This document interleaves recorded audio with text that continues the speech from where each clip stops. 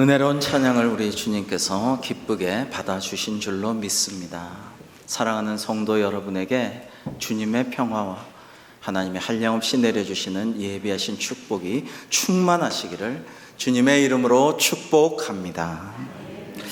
제가 국민학교를 졸업할 때는 학생 수도 많았는데요, 딱 한 명이 중학교 진학을 못했어요. 그때는 중학교 의무교육이 아니었으니까.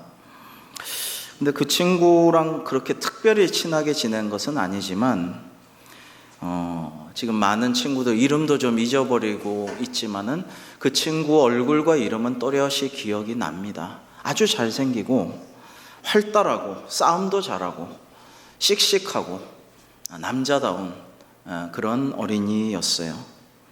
많이 성숙해 보였어요. 남성미가 있는 초딩이었어요. 근데 이 친구가 엄마 없이 아버지가 있는데 아버지가 얘를 전혀 돌보지를 않아요. 그러고 집안은 너무 가난해요. 그래가지고 전 학교에서 얘만 중학교 진학을 못하는 겁니다. 그래서 참 너무 안타까워서 뭐 어떻게 하나 나름대로 방법을 좀 찾아봐도 그 당시는 요즘같이 복지 시스템이나 이런 것도 잘 없고 어떻게 안 돼갖고 뾰족한 방법이 없어서 그냥 그 친구는 진학을 못했는데, 그때 참 마음이 아프던 것이 오랫동안 남아 있습니다. 나중에 대학교 들어가가지고 이제 소식을 들었는데, 그 친구는 그 암흑가의 그 폭력 조직에 들어가서 행동대장으로 유명하게 되었다라는 이야기를 들었어요. 그 이후로는 소식이 끊겨서 소식을 듣지를 못하고 있습니다만, 친구의 삶이 어두운 곳으로 가게 됐다는 소식에 참 마음이 아팠던 기억이 지금도 남아 있습니다. 그저 같은 동창 친구로서 그 아린 마음이 남아 있는데, 우리를 너무나도 사랑하시는 하나님께서 행여 우리가 어두운 곳에 머물고 거기서 빠져나오지를 못하고 바퀴벌레처럼 자꾸만 더 어두운 데로 자꾸만 기어 들어가려고 하고 빛으로 나오지를 않고 구원받지 못한다면 하나님의 마음이 얼마나 아프실까, 이런 생각을 합니다. 심지어 한 나라 전체가 수많은 백성의 무리가 흑암에 거하고 있다면은 주님의 마음이 얼마나 아프실까라는 생각을 해요. 오늘 말씀에서 첫 번째로 하나님께서는 모든 일을 구원하시기를 원하십니다라는 것을 우리가 기억해야겠습니다. 우리가 잘 아는 요한복음 3장 16절 이하에 하나님이 세상을 이처럼 사랑하사 독생자를 주셨으니 이는 그를 믿는 자마다 멸망하지 않고 영생을 얻게 하려 하심이라. 하나님이 그 아들을 세상에 보내신 것은 세상을 심판하려 하심이 아니요 그로 말미암아 세상이 구원을 받게 하려 하심이라. 이게 하나님의 뜻이에요. 하나님의 본심인데, 그래서 하나님께서는 아들이신 예수님을 이 어두운 세상의 빛으로 보내주셨죠. 빛을 던져주셨어요. 어두움을 극복할 수 있는 것은 더 짙은 어두움이 아니라 한 줄기의 빛이죠. 그래서 하나님께서는 아들을 빛으로 구원하기 위해서 우리를 위에서 구원의 빛으로 보내어 주셨어요. 그 구원의 빛으로 나오는 자는 사망 권세에서 풀려나 영원한 생명을 얻을 것인데, 여러분, 그렇게 하는 사람은 오늘 본문의 사도 바울처럼 사울이었으나 어두움에서 빛으로 나온 자는 구원을 입어서 사도 바울로서 세계 선교를 향하여서 헌신하게 되는 것이지만, 그 기어이 빛으로 나오지 못한다면 어떻게 될까요? 구약의 선지자들은 이렇게 예언했죠. 흑암에 행하던 백성이 큰 빛을 보고 사망의 그늘진 땅에 거주하던 자에게 빛이 비치도다 하셨고요. 주께서 나의 등불을 켜시며 여호와 내 하나님이 내 흑암을 밝히시리이다 라고도 고백했습니다.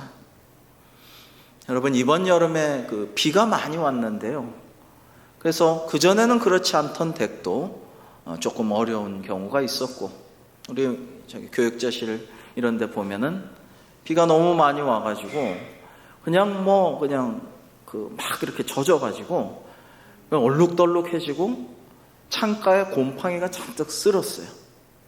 그런데 밝은 햇살이 비치고 다시 빛이 비추니까 그 얼룩덜룩하던 것이 신기하게도 사라지고 그 눅눅하고 축축하고 기분 나빴던 곰팡이가 없어지고 뽀송뽀송해지는 것을 보고 야, 참 놀랍다, 신기하다. 그렇지. 햇살 같은 이 모든 빛에는 하나님의 사랑과 구원의 빛에는 능력이 있고 죽어가는 것을 소생시키시고 악한 것을 도말하는 그러한 힘이 있지라는 것을 다시 한번 깨달았습니다. 여러분, 그래서 누구든지 흑암에 거하던 사람이라도 백성이라도 하나님의 복음의 빛에 나오면, 그 구원의 빛에 나오면 누구든지 영생 구원을 받는 것이죠. 여러분, 우리나라도 생각해 보세요. 흑암에 거하던 백성이었어요. 어두움에 거했어요. 여자들은 장옷 입혀가지고 밖에 못 나가도록 눈만 보이게 다니게 하고, 심지어 여성을 뭐라고 불렀습니까? 계집이라고 불렀습니다. 집에만 계시는 분이라는 거죠. 계집은 집에만 있다라는 거예요. 밖에 나오지 말라는 거예요. 이슬람 차도로 히잡 쓰는 그 여인들하고 뭐 그렇게 다를 게 있습니까? 내외하고. 그리고 백성들은 무지몽매함에 시달렸어요.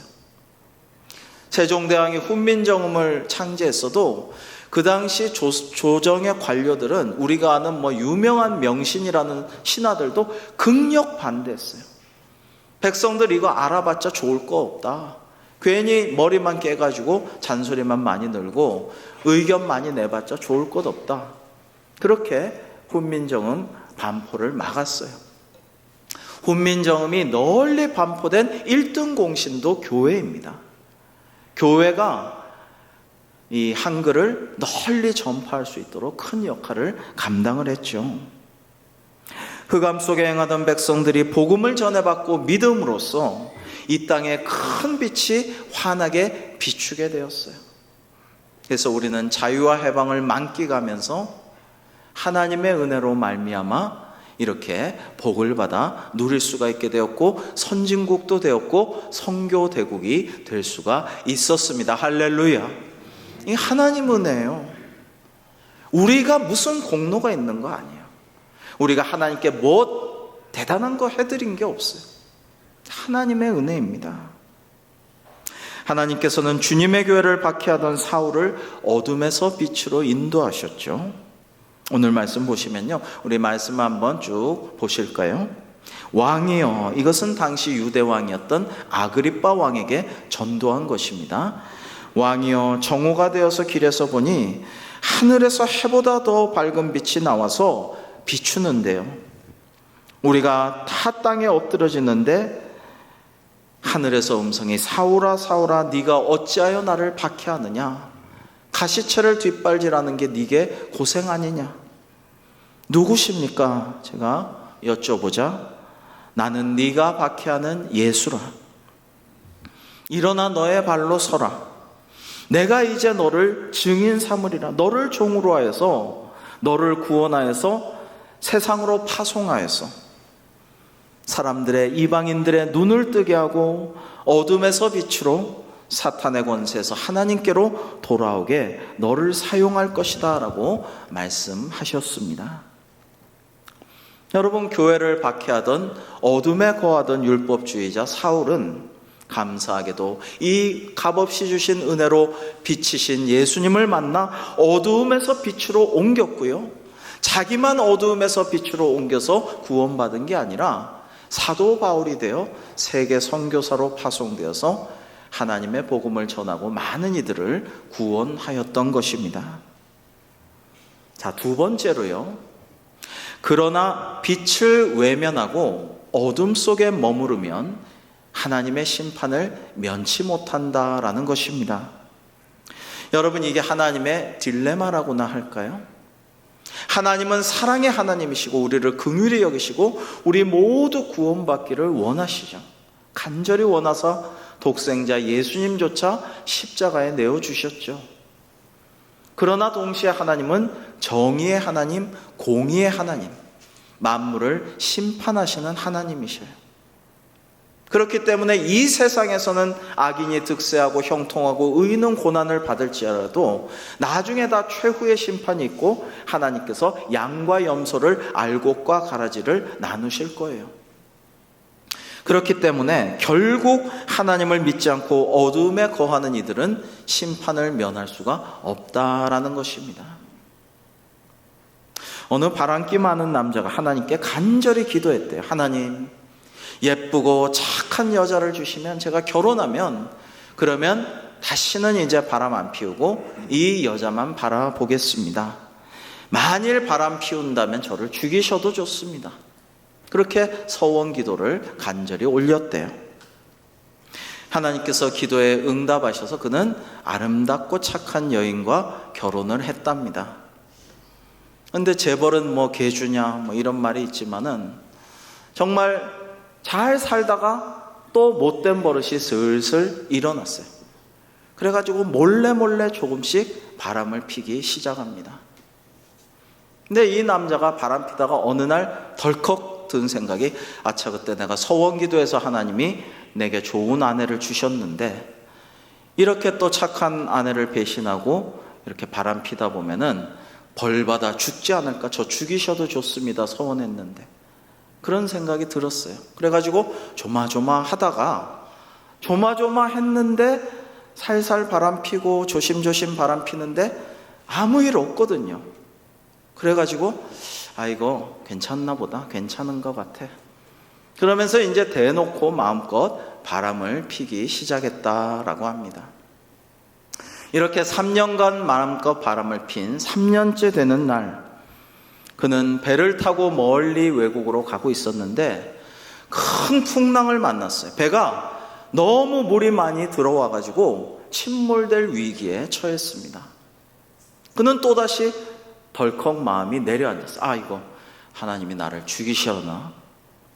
근데 가만 생각해 보니까 이거 배 나 하나 탄 게 아니라 100명이나 타고 있잖아. 하나님이 설마 나 하나 죽이시려고 100명이나 죽이시겠어? 그렇게 생각하고 스스로를 위로하고 있었어요. 근데 좀 있다 보니까 배가 너무 물이 많이 들어차고 바람이 막 심하게 불어서 금방 침몰할 것 같아. 곧 침몰할 것 같아. 그래서 염치불구하고 다시 하나님께 기도했다고 합니다. 하나님, 저 좀 살려주세요. 그때 서원 기도한 거 뭐 그렇게 지금 하실 거 아니죠? 저 하나 죽이려고 100명이나 죽이시진 않죠. 지금은 아니죠. 이건 아니죠, 하나님. 지금은 살려주세요, 하나님. 이렇게 기도를 했다라고 합니다. 하나님께서 응답을 주셨어요. 그래, 얘야, 내가 너 같은 녀석 100명 모으느라고 3년이 걸렸단다. 그렇게 말씀하셨다라고 합니다. 오래전입니다. 제가 인도 선교여행을 갔는데요, 밤이 되니까 깜짝 놀랐어요. 깜짝 놀란 것이 너무 깜깜해서, 와, 이렇게 깜깜하다니? 라는 생각을 했어요. 큰 길이나 작은 길이나 사람과 차와 트럭과 버스와 택시와 오토바이와 소들까지도 막 엉켜가지고 이리저리 다니고 길 건너 다니는데, 심지어 고속도로에도 아무런 가로등도 없는데 그렇게 혼란한 상황이 연출되는 것을 보고, 이건 언제 대형 사고가 나도 이상하지 않겠구나, 조마조마해서 기도하면서 그렇게 다녔던 기억이 납니다. 아직도 카스트 신분 제도가 엄연히 있고 우리네 백정은 다 해방되었지만 그곳은 아직도 불가촉 천민들이 상존하고 있고, 대부분이 힌두교의 수많은 잡신들을 섬기고 우상을 숭배하며, 또는 이슬람교도 많이 믿지만 기독교인은 너무나 소수인 그곳의 무지와 혼돈, 영적인 어두움이 참 안타깝게 여겨졌어요. 중동 사막에 거주하는 베두인 마을을 간 적도 있는데 역시 참 깊은 어두움을 느꼈습니다. 그곳 아이들은 학교도 안 가고 모래 막 뒹굴면서 저희들을 막 쫓아다니면서 사탕 달라고 쫓아다니고 그렇게 깔깔 웃으면서 놀았어요. 공부나 학업 스트레스, 시험 스트레스는 없겠죠. 그러나 배워야 할 시기에 아무것도 배우지 못하고 하나님도 모른 채 그저 아무 생각 없이 그렇게 방치되어 있는 그들을 보니 너무나 안타까웠습니다. 그날은 햇살 가득한 사막 한가운데였는데요. 그 장렬하는 밝은 햇살 속에서도 저는 그 베두인 아이들의 모습에서 깊은 어두움을 느꼈어요. 선교 비전 트립으로 청소년들을 인솔하여 러시아 동북쪽 변방에 사는 까레이스키 고려인 마을에 갔을 때에도 동포가 찾아왔다고 있는 것 없는 것 내어주며 고맙다고 반갑다고 연신 싱글벙글하고 흐뭇해하는 그들의 모습을 보면서 한편 안타깝고 한편 애틋하고 미안한 마음도 들었지만은 너무나도 열악한 생활 환경과 교육 환경을 보고 많이 마음이 아프고 그것도 어둡게 여겨졌습니다. 태국의 밤은 휘황찬란했습니다. 빌딩도 도시에는 높이 솟아있고 야, 태국이 이렇게 잘 산다고? 라는 생각을 했으나 알고 보니 빈부의 격차가 극심한 것이었죠. 거리는 온통 사람들로 밤거리가 가득했지만 알고 보니까 유흥시설에서 쏟아져 나온 소위 삐끼, 호객꾼들과 몸을 파는 여자들이 가득했던 것입니다. 그런데 또 가이드가 그래요. 저 사람들 중에 너무나 많은 사람들이 트랜스젠더, 성전환자들이라는 거예요. 남자가 여자로 바꾼 그런 사람들이라는 거예요. 태국에는 성전환자나 양성애자나 동성애자나 아무 거리낌 없이 오로지 더 큰 쾌락과 돈만을 추구하면서 살아가고 있다라는 이야기를 들었습니다. 어제 뉴스를 보니까요, 아시아 최초로 태국이 대마를 합법화했다라고 합니다. 즉 한국인 관광객이 태국을 가면 손쉽게 대마초를 사서 피울 수 있는 상황이 되었다라는 의미입니다. 태국의 밤은 밝은 것 같았지만 영적으로 깊은 어두움을 느꼈습니다. 태국에 우리가 세운 대관교회 40주년 기념교회, 넝랭교회를 비롯한 태국의 교회들이 이제 강유진 선교사님도 태국 선교 보고를 하시겠지만 정말 그 어두운 땅에 주님의 사랑의 빛, 구원의 빛을 비춰주기를 간절히 기원합니다. 문제는 그들이 어떻게 해서든 어두움에서 벗어나 빛으로 나오지 못한다면 비참한 운명과 하나님의 심판을 면할 수가 없다라는 데에 있습니다. 그래서 세 번째로 우리가 믿지 않는 이들을 어둠에서 빛으로 인도합시다라는 말씀을 오늘 나누고자 합니다.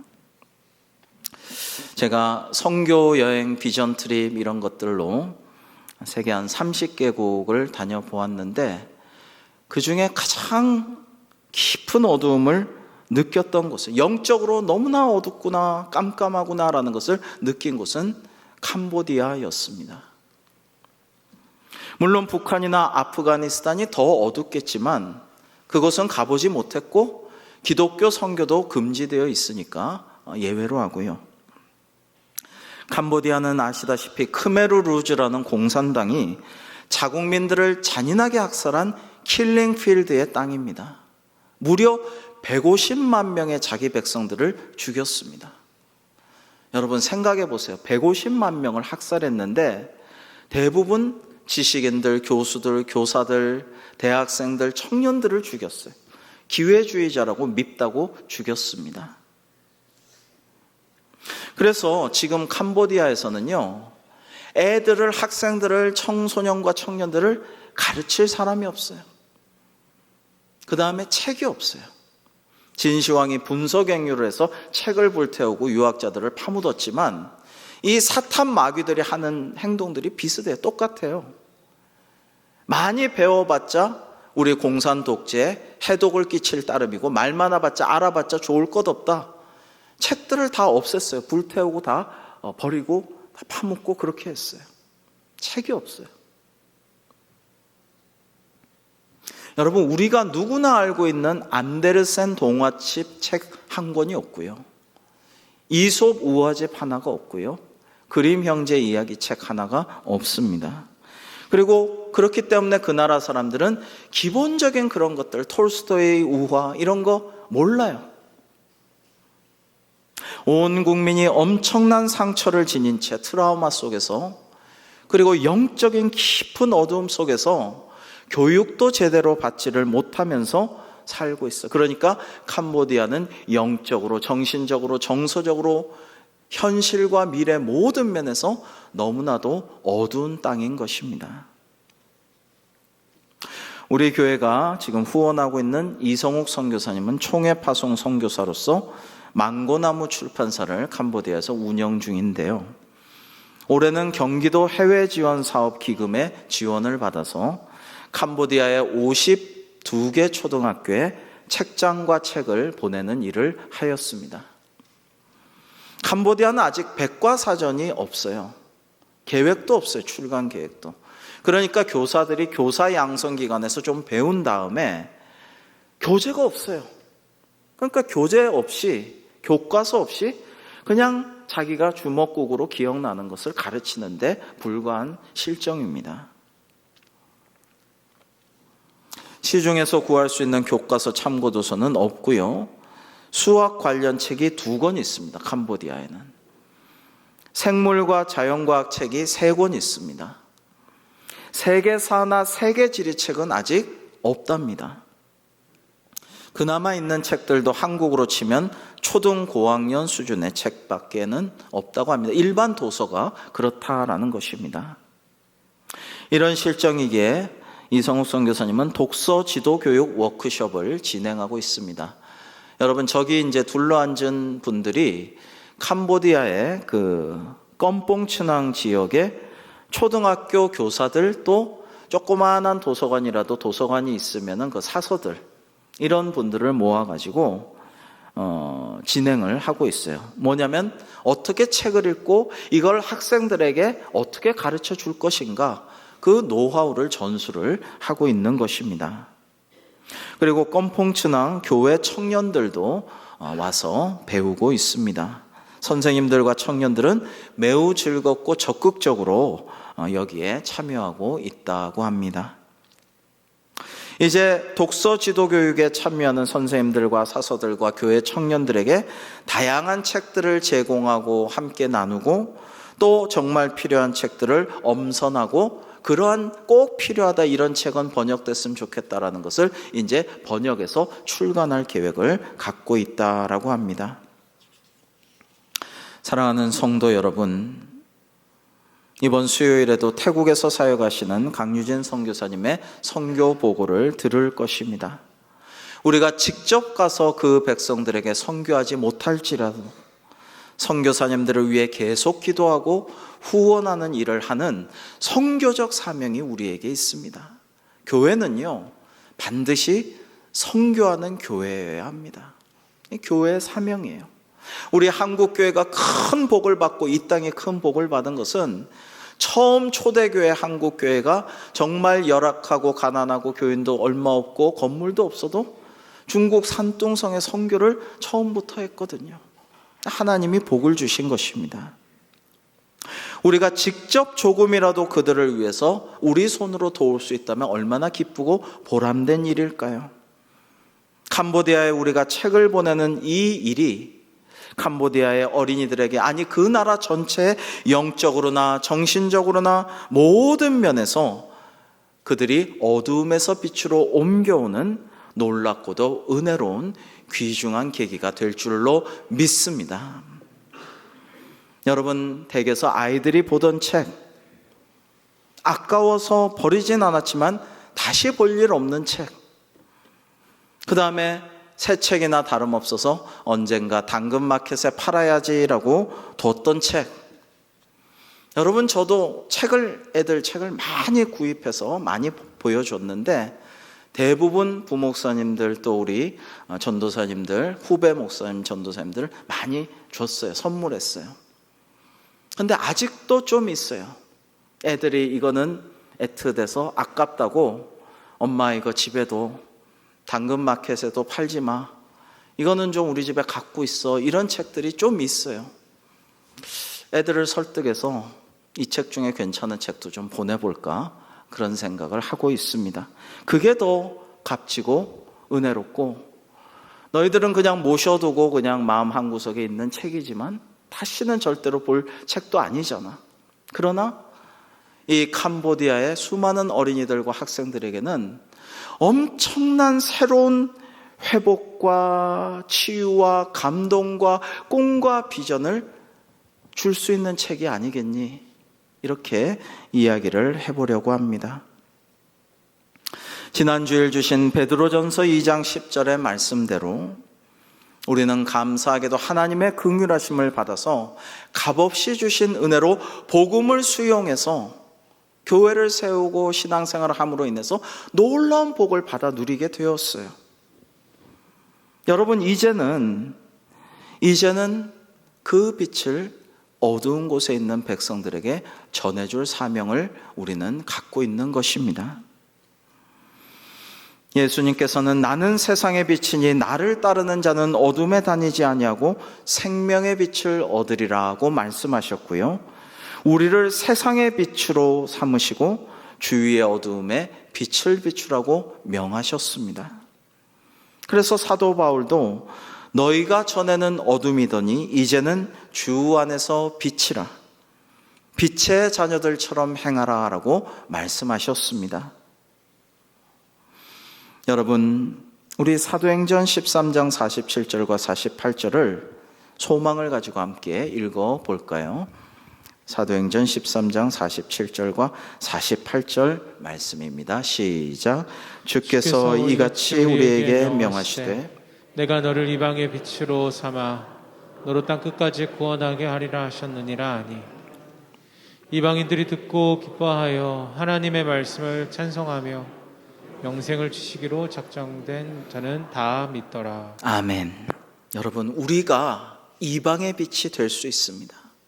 그리고 우리의 작은 사랑의 손길로 여러분이 집에 있는 책을 잘 찾아서, 적합한 책을 찾아서, 춘향전 말고 좀 적합한 책을 찾아가지고 세계사 책이 있었는데, 세계 지리 부도가 있었는데 이거 보지도 않지만 캄보디아에 갖다 주면 얼마나 좋을까, 이런 거 좀 모아가지고 그림책들 위주로 교회에 갖다 주시면, 우리가 잘 모아서 추수감사절에 보내면요, 성탄절쯤 도착하면 그들에게 놀라운 잊지 못할 성탄 선물이 될 것이고, 그 껌뽕춘항 도서관에는 우리가 많이 보내면은 한쪽 귀퉁이에 우리 대광교에서 보낸 책들이 서고가 장식될 수도 있지 않겠나, 이런 꿈을 가져봅니다. 우리가 기도하고 후원하는 선교지들마다 하나님의 구원의 빛이 찬란하게 비추어서 흑암 속에 있던 어둠에 거하던 백성들이 구원의 빛으로 말미암아 소생하고 생기를 띠고 하나님께로 나오고 구원받는 그러한 은혜의 역사가 가득하기를, 그리고 대강교회가 이러한 선교적 사명에 우리 모두 함께하여 하나님께 영광 돌리기를 주님의 이름으로 축복합니다. 기도하겠습니다. 하나님 아버지, 좋으신 하나님께서는 먼저 은혜 받고 구원받은 우리를 통하여서 어둠에 거하는 이방인들을 빛으로 구원의 길로 인도하게 하시기를 원하십니다. 선교적 교회의 사명을 감당케 하여 주셔서 저희들 하나님의 나라를 계속 확장해 나가고 많은 이방인들을 구원하는 저희 대광교회가 될 수 있도록 인도하여 주시옵소서. 예수님의 이름으로 기도하옵나이다. 아멘.